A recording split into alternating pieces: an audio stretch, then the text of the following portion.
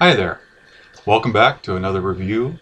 Today I am going to talk about Peter Gabriel's Secret World Live on Blu-ray. Now, as you may have noticed here, this is kind of damaged.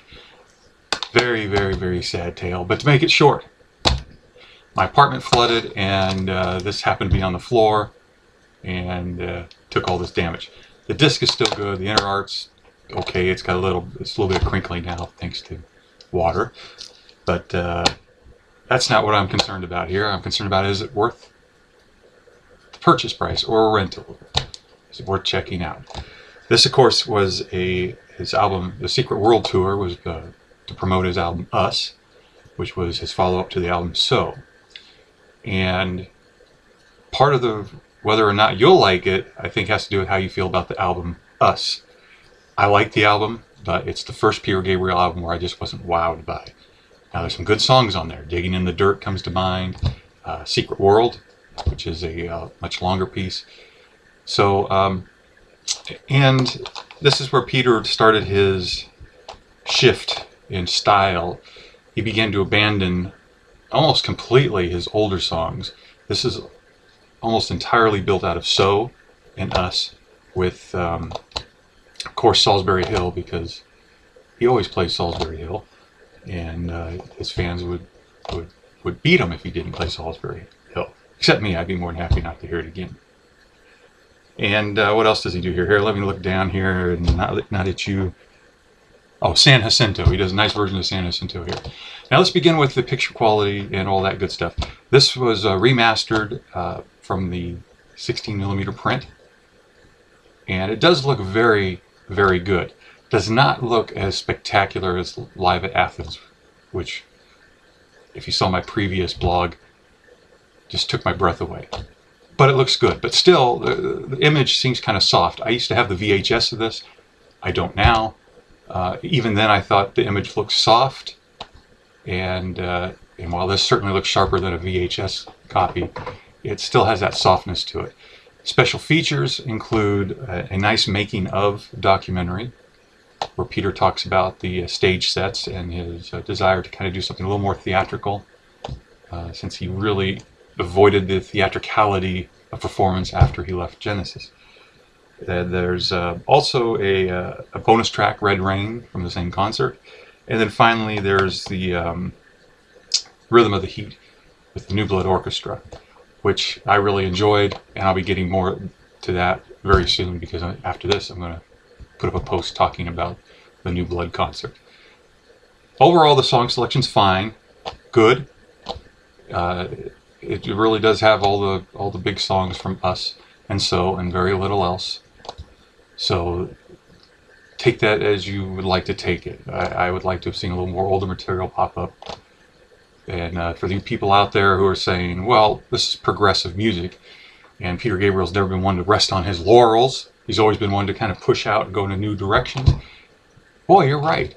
You're right. If you listen to the first 4 or 5 Peter Gabriel albums, you totally hear this man not only staying away from the Genesis sound he created, but really each album has a very distinct audio quality to it.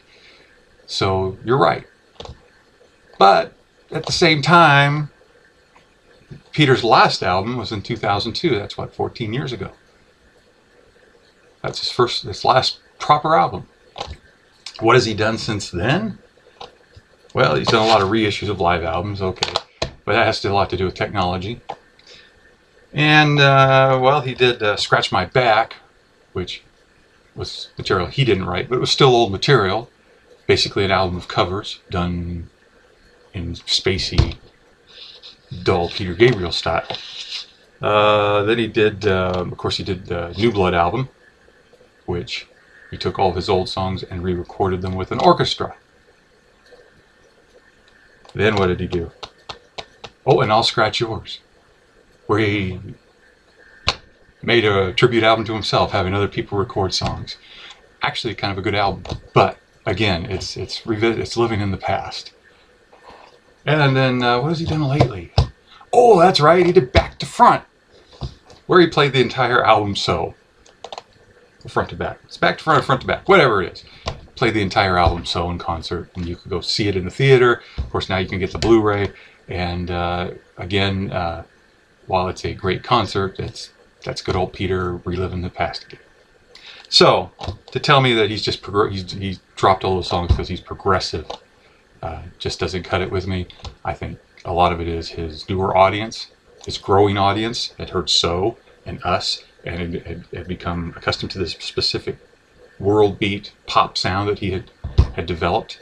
And you know, these aren't the same people that are going to want to hear all through the wire. So they're good songs still. He really has very few bad songs. As much as I like Steam, it is a Discount, Sledgehammer, and that is on here. Of the songs on here, the one I really love is toward the end. It's Secret World. Live, this was a song that when I listened to the album originally, I didn't think a whole lot about this. And then when I saw it live, I thought, wow, you know, this is very much Peter doing kind of the progressive rock thing, as much as he does. This sounds like something, if he had stayed with Genesis, they would have produced. And it's just a good song. It has some nice lyrics to it, and it just has some nice shifts in rhythm. And I will say the band just seems really enthused on that particular song. You can sense some excitement. Of course, that's also technically the last song of the show. So the concert itself is good.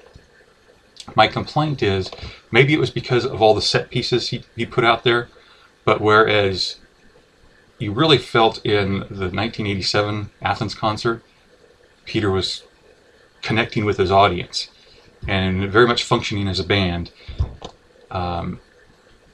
You don't feel that with Secret World. You kind of feel like he's putting on a performance, he's putting on a stage play, and the audience is to sit there and just watch it and shut the hell up.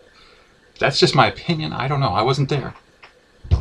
But there are a lot of little set pieces, and I'm not sure if they make it a better show or not.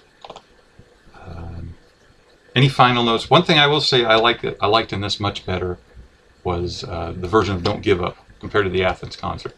The problem with the Athens concert was it really was a 5-man band, and that sounds great. Don't Give Up, though, was a duet, and specifically a duet styled specifically for a male and female. And in that, in the Athens Blu-ray, you have Gabriel singing both parts. It just doesn't quite work.